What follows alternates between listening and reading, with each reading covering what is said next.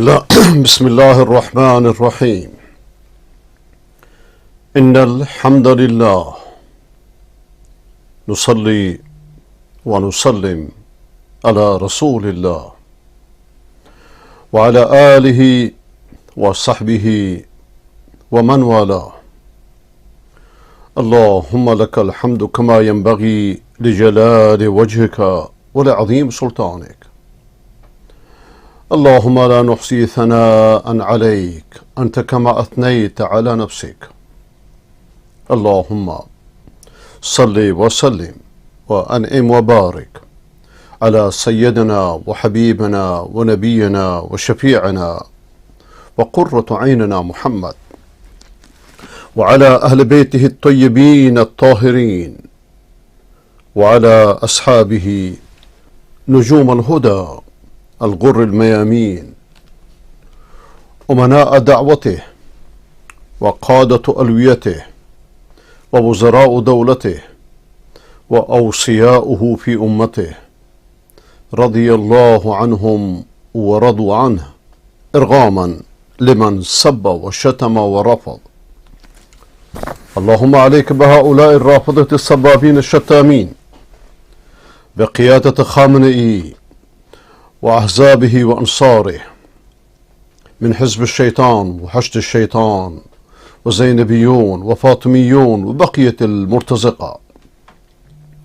شتت شملهم، مزق جمعهم، أزل دولهم، واجعلهم أحاديث، ومزقهم شر تمزيق، وأرنا فيهم عجائب قدرتك. اللهم إنا نجعلك في نحورهم ونعوذ بك من شرورهم. اللهم يا كافي كل شيء ولا يكفي عنه شيء، اكفنا ما يهمنا من هموم الدنيا والآخرة، إنك على كل شيء قدير وبالإجابة جدير. با حمد و سپاس و ستایش بی حد بر خداوند متعال و با درود بی پایان بر محمد مصطفى علیه الصلاة والسلام و علی آله و صحبه الکرام. و با عرض سلام و ادب به شما بینندگان ارجمند در سراسر گیتی از مؤمنان و صالحان و حقجویان و مرصفان، از خداوند متعال تقاضا دارم که در این اوقاتی را که مشرف به خدمتون هستم، آنچه را که برای اصلاح قلوب و افکار و رفتار و گفتار و کردار و خانواده و جامعه و اصلاح دنیا و آخرت من شما مفید است، با آنچه را که برای اصلاح این نفس سرکش و گناهکار مصرف بر خویش قبل از دیگران مفید است، خداوند به فضل و منت و لطف خودش آن را بر قلب و فکر و زبان این بنده گناهکار جاری نماید. و شما سروران ارجمند را و شما برادران و خواهران محترم را و شما فرزندان عزیز را از کسانی قرار بدهد که سخن را به خوبی میشنوند و بهترینش را برمیگزینند. بهترین سخن خداوند است و بهترین رهنمود نبوی. به فضل و منت خداوند که به من شما توفیق داده که الان میتونستیم در هر جای دیگری باشیم، از میان این همه بلندگوهای شرک و کفر و بدعت و ضلالت و خرافه و بددینی و بیدینی، به من شما توفیق داده که در یک برنامه توحیدی در گرد کتابش، در گرد بهترین سخن که سخنانش باشد، زانوی ادب بزنیم تا از فرامینش، از راهنمودهایش، از راه علاجهایش، از خورشید معنویتش برای روشن کردن فکر و قلب و راه دین و دنیای خود سود ببریم. در شرح بهترین سخن رسیدیم به آیه شریفه 25 از سوره مبارکه ابراهیم علیه ولا نبینا الصلاة والسلام. تلاوت آیه سابق را بشنویم، آیه 24 را که با هم مرتبطن، بعد از اون ترجمه و تفسیرش را. ألم تر كيف ضرب الله مثلا كلمة طيبة كشجرة طيبة أصلها ثابت وفرعها في السماء تؤتي أكلها كل حين بإذن ربها ويضرب الله الأمثال للناس لعلهم يتذكرون ومثل كلمة خبيثة كشجرة خبيثة اجتثت من فوق الأرض ما لها من قرار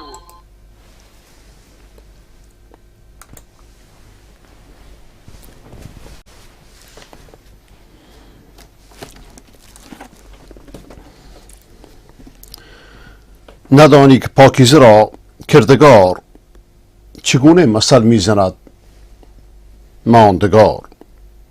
چو زیبا درختی است خود برقرار، بود ساقیش دائم و پایدار.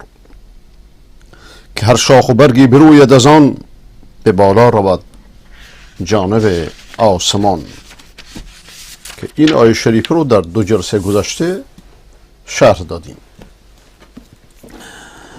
به فرمان یزدان همه وقت سال، دهد میوه‌ای دلپذیر و حلال. فرمان از آن یزدانه. همه فرقه های غالیه که از رحم شوم ولایت و امامت سر زده اند، این فرمان الهی را درست مثل عیسی پرستان و عزیر پرستان که دعوت توحیدی و اسلامی عیسی و موسی را با همین افراطها، با همین قلوبها تحریف کردند، شاگردانشون در لباس تشیع و ولایت نیز در اسلام دقیقا همین کارو کردند. فرمان الهی را از خداوند گرفتند و به بزرگان خود، به امامان خود، به پیران خود و پاتالهای خود دادند. وقتی شما این بت پرستیشون و این غلوشون انکار میکنید، دعوت به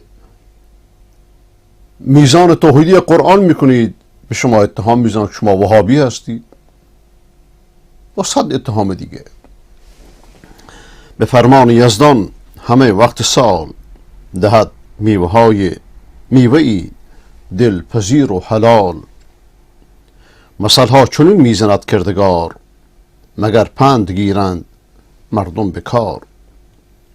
درخت پلیدی است تکفیر دین، که ریشه ندارد میان زمین.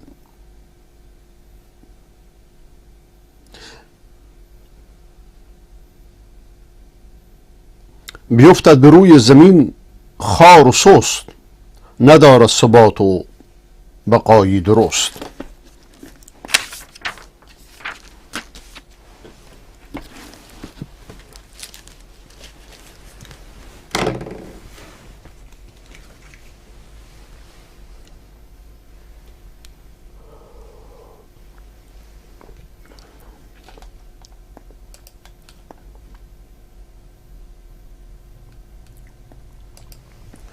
تؤتی اکلها کل حین باذن ربها.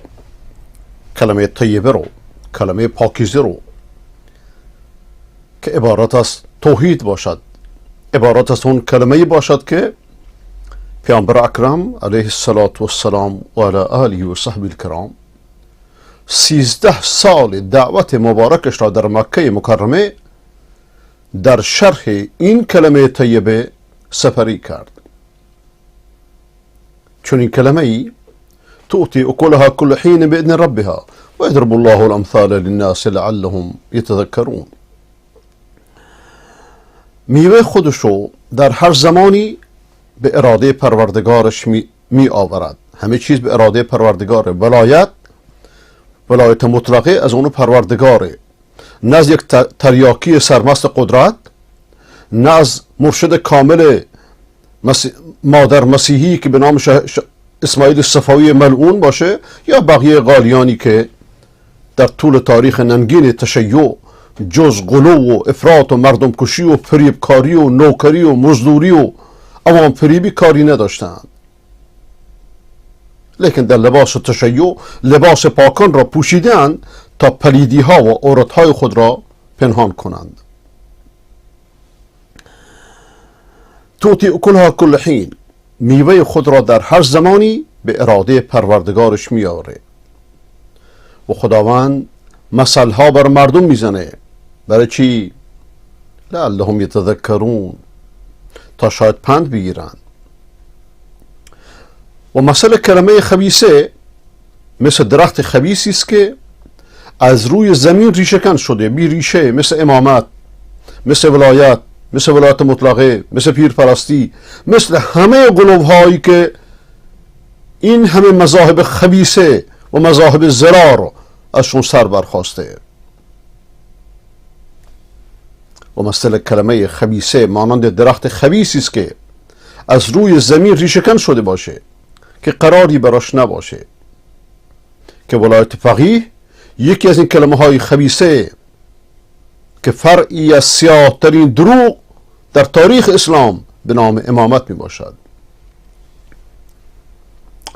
ولذا در آیه قبل وقتی سرانجام و فرجام پیروان رؤسا یعنی طاغوت پرستان، حاکم پرستان، شاه پرستان، آخوند پرستان، مرجع پرستان، فرق نمیکنه. طاغوت ممکنه معمم باشه، در لباس دین مقصودمه، و ممکنه مکلا باشه، ممکنه کرواتی باشه. هر امری پیرویش غیر از امر خداوند طاغوت پرستی است. این از الفبای اسلامه که امروز مسلمانان نمیشناسنش چیه. وقتی که سرانجام و فرجام پیروان رؤسا و شیاطینشون رو بیان کرد، در این آیه شریفه به سرانجام و فرجام اهل ایمان اشاره میکنه، اهل توحید.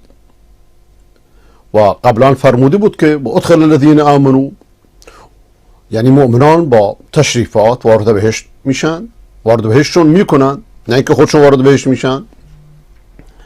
و به خاطر کلمه ایمانی که به کلمه طیبه داشتن، به خاطر اعمال پاکشون، به خاطر پاکیزه بودن ایمانشون، به خاطر پاکیزه بودن قلبشون، نه اینکه دستشون تا مرفق پر از خون مردم بوده به نام آل بیت. و اون کلمه طیبه لا اله الا الله، توحیده که ریشه در اعماق دلهای مؤمنان داره و شاخ و برگ آن پیدای اعمال حسنه، اعمال نیک، عبادت به بندگان خداست، اخلاق زیباست. اما کلمه خبیثه عبارت از کفر، عبارت از شرک که شاخ و برگش نتایج بدی که داره، اخلاق رذیله، اعمال زشته، اذیت و آزار مردم، ظلم و ستم، مصادره اموال مردم، روزخوانان خبیثی که با این کلمات خبیثشون که ولایت فقیه باشه، امامت باشه، مذهب خبیثه‌ای باشه، مذهب ضرار باشه که مردم باش فریبتند و هیچ ربطی به آل بیت نداره، بر مردم ظلم و ستم میکنن. همه اینها رو قرآن مثال میزنه که مثل درخت بیریشه میمونه که قرار نداره، میوه خوب نمیده، این چند روزی مردم میفریبه و میره. کفر و شرک چنینه. انسان مشرک، انسان کافر، انسان قبر پرست، انسان پیر پرست، انسان امام پرست، انسان عیسی پرست، انسان پیغمبر پرست، انسان ملائکه پرست، انسان هر چی پرستش غیر از خدا باشه ثبات قدمی در خیر نداره.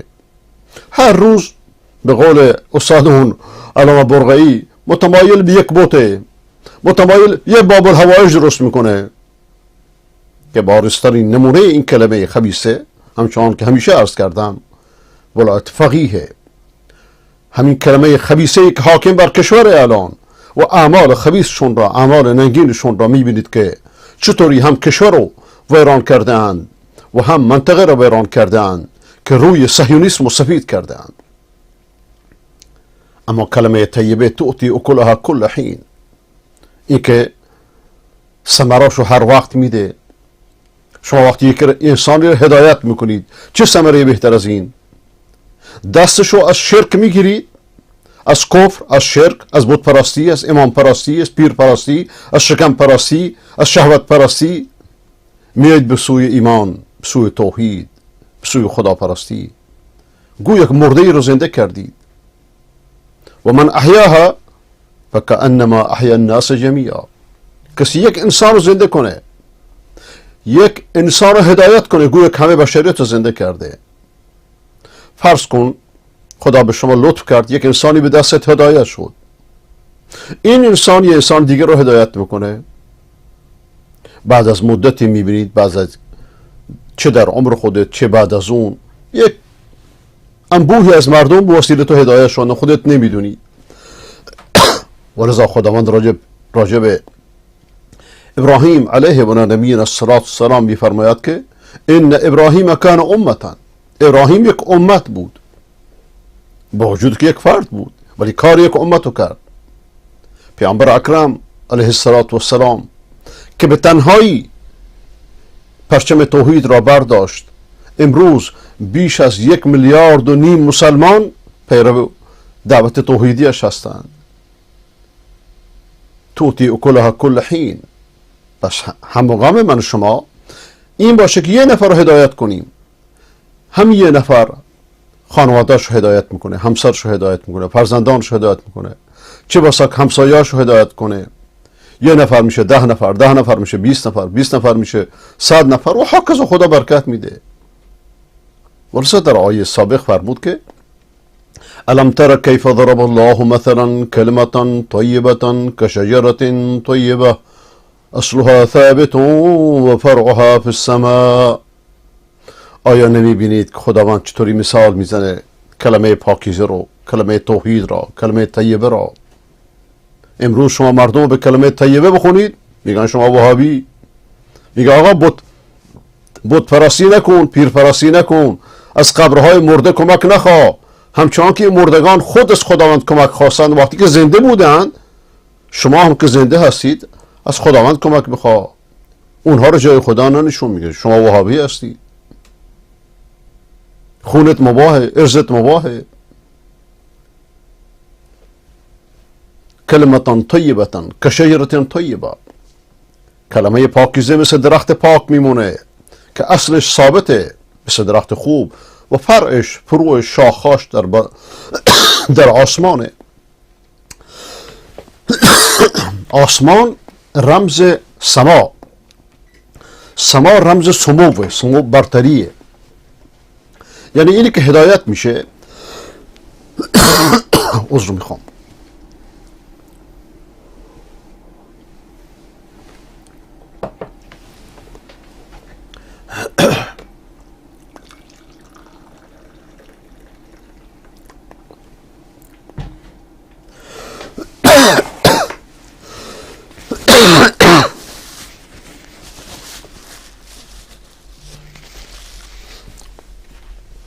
انسانی که هدایت میشه احساساتش عالی میشه، گفتهاش عالی میشه، اعمالش خوب میشه، مستقیم میشه. بهترین مثالش هدایت شدگانی هستند که از خرافات دست برداشتند.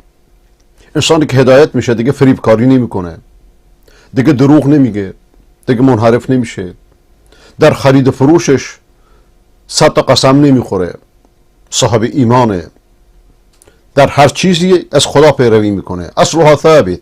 حق اینطوریه که اصلش ثابته. باطل لرزانه، مثل بید میلرزه، هر روز یه موضع میگیره، هر روز آدم نمیدونه که کجایه، ولذا مثل سیاستمداران رقاص میمونن. تؤتی اکلها کل حین باذن ربها و یضرب الله الامثال للناس لعلهم یتذکرون. تؤتی اکلها کل حین، هر وقت، هر حین، هر مدت. راجع به این کلمه مدت اهل علم بنا با وسط نظری که در این دین هست اختلاف برداشت دارن، هیچ اشکالی نداره، این اختلافات هیچ اشکالی نداره. اختلاف در فروع دلالت بر باز بودن دروازه اجتهاد و فهمه، اما اختلاف در اصول و عقیده که به هیچ نحوی جایز نیست، بلکه مسئله کفر و ایمانه. بعضیا گفتند که حین یا مدت یک لحظه گفته میشه، در که خداوند در سوره واقعه آیه 83 و 84 میفرماد فلولا اذا بلغت الحلقوم وانتم حينئذ تنظرون. و وقتی که روح به خنجره میاد، نفس کشیده میشه، و اون وقت حینئذ، آن وقت، در اون لحظه شما تماشاگرید، هیچ کاری نمیتونه بکنید.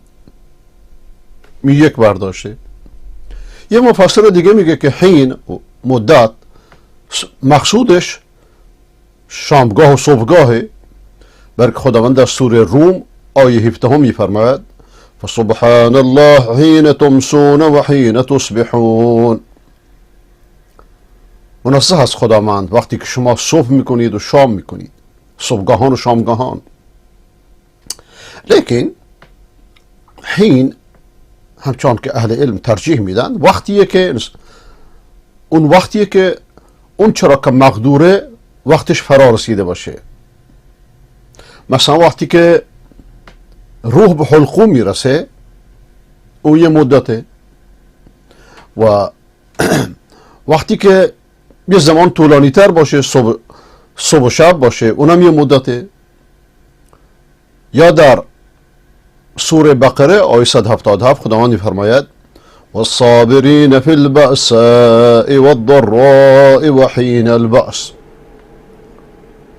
و صبر کنندگان، شکیبا پیشگان در وقت شدت، در وقت سختی، در وقت وحین البأس، و وقت جنگ.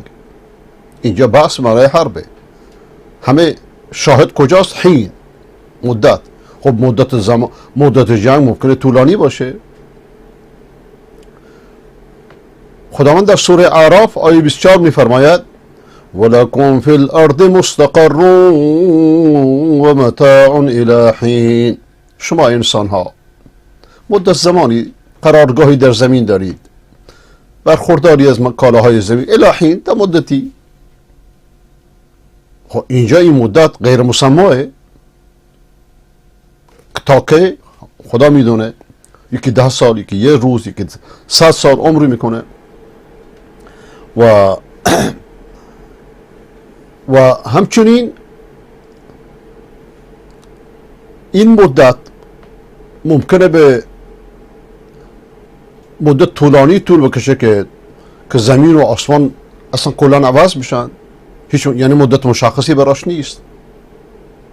ولذا خداوند در آخر سوره، در آخر آیه شریفه میفرماید و یضرب الله الامثال للناس لعلهم یتذکرون. خداوند بر مردم مثال میزنه تا شاید پند بگیرند. مثال های قرآنی پندهنده، مثال های شیطانی خرافیان گمراه کننده، بلکه قصد سوء دارند، قصد خرافه پراکنی دارند. خداوند اینجا مثال میزنه، از یک چیز کوچک به چیز بزرگ میرسه، تا اینکه یک چیز کوچکی در مقابل من شماست، اون مثال میزنه تا یک چیز بزرگی رو به من شما بفهمونه. از یک چیز جلی و واضحی که در مقابل من شماست تا اینکه به چیزی که مخفی پی ببریم. یعنی چی؟ یعنی که تا اینکه معنویات را از راه مادیات به ذهن من شما نزدیک کنه. مادیات از راه وسایل حس قابل درکه. وقتی که معنویات که مناسب با کنجکاوی عقلی بشری است، انسان از این مادیات معنویات از راه مثال میتونه برسه. و خداوند به این خاطر مثال میزنه. ولذا مثلا میفهمید که راجع به پشه مثال میزنه. وقتی راجع به پشه مثال میزنه بعضی از مستشرقان که در قلوبشون مرض هست، نه اینکه نمیخوان بفهمن، وقتی چون غرض آیت هنر پوشیده شد، صد حجاب از دل به سوی دیده شد. بعضی از مستشرقان میگن که چرا خداوند میفهمد که وقتی که مثال پشه میزنه لا یستحی یضرب مثلا ما بعودة فما فوقها، چرا گفته فما فوقها؟ چرا نگفته ما تحتها؟ برکه اینا سلیقه فهم عربی ندارن، زبان عرب را. و برکه اینجا خداوند به یک چیز بسیار ریز مثال میزنه. ما فوق ریز چیه؟ ما فوق دقیق تره، ما فوق ریز تره. مقصود اینه. خداوند اینجا بر من شما مثال میزنه به زندگی دنیا رو، زندگی که از روزی که خداوند انسان رو خلق کرده تا قیامت. خب قبل از انسان ها اجناس دیگری بودن. قبل از انسان ها خداوند زندگی دنیا رو اینطوری بر من شما مثال میزنه، از لحظه که آدم رو خلق کرده تا قیامت و بعد مثل ورقه هم میپیچدش. همه این زندگی رو این همه نسل ها آمدن گذشتن. به یک مثال ساده خداوند بر من شما خلاصش میکنه. در سوره کهف آیه مبارکه 45 میفرماید وَاضْرِبْ لَهُمْ مَثَلَ الْحَيَاةِ الدُّنْيَا كَمَاءٍ أَنزَلْنَاهُ مِنَ السَّمَاءِ فاختلط به نبات الأرض فأصبح هشيما تذروه الرياح وكان الله على كل شيء مقتدرا. براشون مثال بزن زندگی دنیا را. مثل آبی که از آسمان فرود آوردیم، با گیاهان درخت قاطی شده و در راه خودش هرچی که هست اونها رو به سوی خودش میکشانه. بادها اونو میکشانند، درخت هایی که باد اونها رو به زمین میندازه. و خداوند زندگی دنیا مقصود که گذراست. چطور سیل همه چیز در راه خودش میبره، باد همه چیز در راه خودش میبره. و کان الله علی کل شیء مقتدرا. خداوند بر هر چیزی توانا. یعنی چی؟ یعنی ولایت مطلقه از آن خداونده. یعنی امامی که بودی تابع دین شده اکنون خدا و خلق و آیین، نمیدونم برقی خدا رحمتش کنه اینو میگه، امامی که بودی تابع دین شده اکنون خدا و امر و آیین، به دست مفتخران اهل بدعت امامت گشت اصل این زلالت. چو دانا این غلو را فاش کردی 200 عالم نما پرخاش کردی. چرا؟ برکه این مقتدر رو از خدا گرفتن دادن به امامان خود، به بزرگان خود. خداوند همه مثال میزنه تا این قدرت رو بر خودش ثابت کنه. این قدرت مال اوست، هیچ کس دیگه نداده. هیچ کسی رو، نه امام را نه غیر مأموم را، به ولایت خودش، به خدایی خودش شریک نکرده، چون اون ذاتاً بی‌نیاز صمده. اینجا خداوند همه زندگی دنیا رو در یک مثال خلاصه میکنه که آبی که از آسمان نازل میشه، درخت هایی که در راه سبز میشن، این درخت ها رو در بادها میکنند، آب با خودش میبره. ولذا در سوره حدید آیه مبارک 20 میفرماید که اعلموا انما الحياة الدنيا لعب ولهو وزينة وتفاخر بينكم وتكاثر في الأموال والأولاد كمثل غيث أعجب الكفار نباته ثم يهيج فتراه مصفرا ثم يكون حطاما. بدونید که زندگی دنیا مثل بازی میمونه، له و لعب میمونه،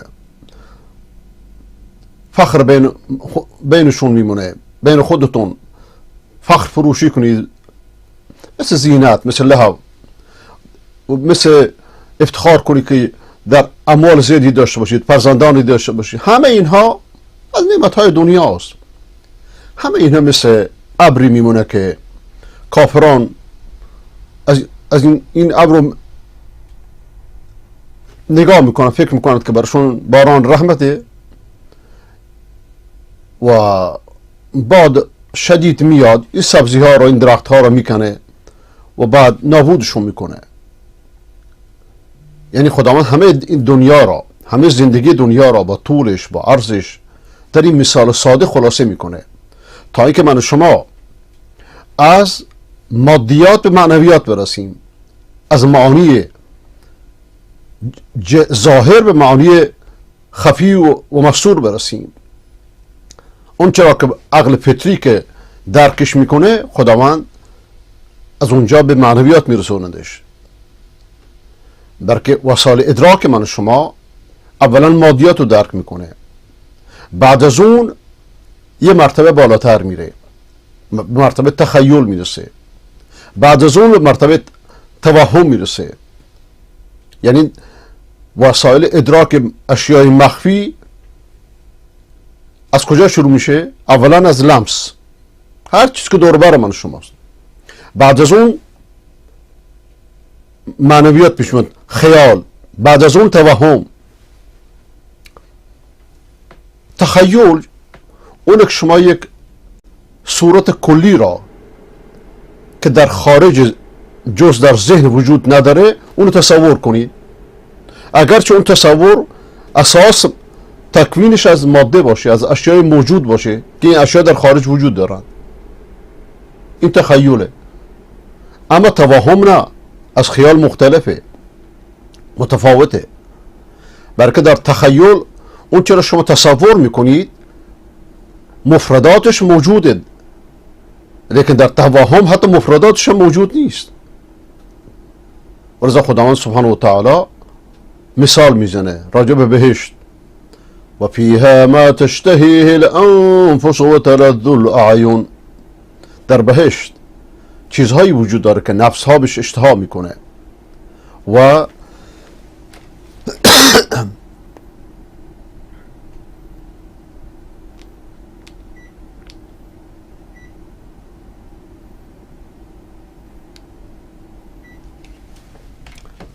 و چشم ها ازش لذت میبره.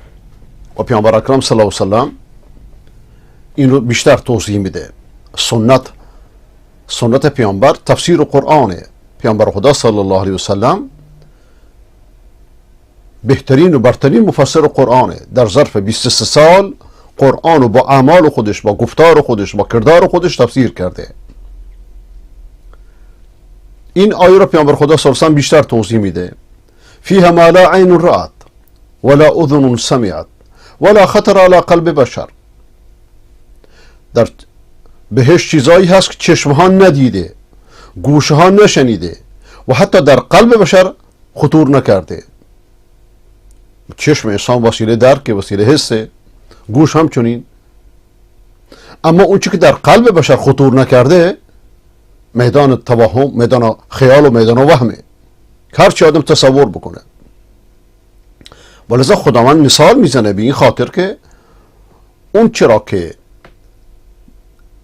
قریب به فهم و عقل بشری است توضیح بده. مثلا شما وقتی برای دوستی نامه می نویسید، قلم کاغذ می گیرید، یه نامه طولانی براش می نویسید، لیکن اگر وقت داشته باشید این نامه طولانی رو مختصرتر می کنید. ولذا یکی از دوستان چه مثال جالبی زد، میگه ابن تیمیه در استدلال به قرآن چنان قویه، اگه یه شخصی قرآن رو نخونده باشه، ندیده باشه، کتابای ابن تیمیه رو بخونه، از بس که از قرآن استشهاد میکنه فکر میکنه قرآن 30 جلده. ولیکن قرآن کتابی است که معانی عظیم و معانی بسیار زیاد و در کلمات مختصر اختصار کرده. نگاه کنید مفسران، هر کسی به اندازه قدرت خودش قرآن رو تفسیر میکنه، همه در یک راستا، لیکن هر کسی بنا به فهم خودش برداشت میکنه و مقصودی که در اختصار فایده هست. سعد زغلول یکی از یا رهبر انقلاب 1919 مصر یه نامه 5 صفحه‌ای نوشته به دوست خودش، بعد عذرخواهی میکنه در اینکه نامه طولانیه، میگه چون من وقت نداشتم که این نامه رو مختصر بکنم. یعنی چی؟ یعنی اختصار کردن نامه وقت بیشتر میخواد، شما معانی زیادی رو در کلمات مختصرتر ادا بکنید. ولذا وقتی که خالد بن ولید رضی الله تعالی عنه، شیر خدا، شمشیر خدا، وقتی که یکی از فرماندهانش ازش کمک خواست، فقط 2 کلمه براش نوشت، من تو فقط از تو میخوام، همین کلمه. او فهمید یعنی چی، همه حرفشو در این 2 کلمه خلاصه کرده بود. و یکی از شاعران عرب میگه که اذا اراد الله نشر فضیلت طویت لها طویت نشر فضیلت طویت اتاها لها لسان حسود لولا اشتعال النار فيما جاورت ما كان يعرف طيب عرف العود یا عرف العود. اگه خداوند بخواد فضیلتی رو در میان مردم پخش کنه، فضیلتی که پیچیده شده یعنی زیاد رفته، زبان حسودان رو برش مسلط میکنه. اگر آتش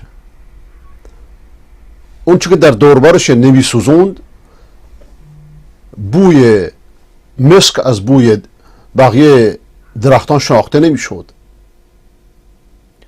چون خدا خواهد که پرده کس دارد، میلشان در طعنه پاکان برد. رافضیان نجسی را که به اصحاب پیغمبر فحاشی میکنند، در واقع علاوه بر که به اونها اجر میرسه، خود را رسوا میکنند. چون خدا خواهد که پرده کس دارد، میلشان در طعنه پاکان برد. چون خدا خواهد که پوشد عیب کس، کم زند در عیب معیوبان نفس. چون خدا خواهد که من یاری کند، میل من را جانب زاری کند. ای خنک چشمی که آن گریان اوست، وی همایون دل که آن بریان اوست. با خداش گریه میکنه، نه بر سر قبرها. آخر هر گریه آخر خنده ایست، مرد آخر بین مبارک بنده ایست. هر کجا آب روان سبزه بود، هر کجا اشک روان رحمت شود. باش چون دولاب نالان چشمتر، تا ز صحن جانت بر روید خضر. اشک خواهی رحم کن بر اشک بار، رحم خواهی بر ضعیفان رحم آر. مقصودی که وقتی که یک فضیلتی مخفیه، مردم فراموشش کردن. امروز نگاه کنید، شیعیانی که 500 سال سرشون کلاه رفته، کلاه آخوندی، میگن که اگر حسین اینه که شما میگی، پس حق با یزیده. در صورت که نه حسین اینه که اینا میگن، نه یزید اینه که اینا میگن. اینا همه تاریخ دین رو، همچنان که دین رو تحریف کردن، تاریخ اسلام رو تحریف کردن. ولذا وقتی که یک فضیلتی خداوند بخواد منتشرش کنه، زبان حسودان را، کینه‌توزان را، خرافیان را برش مسلط میکنه. ولذا میبینیم که فحاشان رافض نسبت به بهترین یاران پیغمبر هرچی بیشتر بدگویی میکنند، عاقلان بیشتر ازشون دور میشن.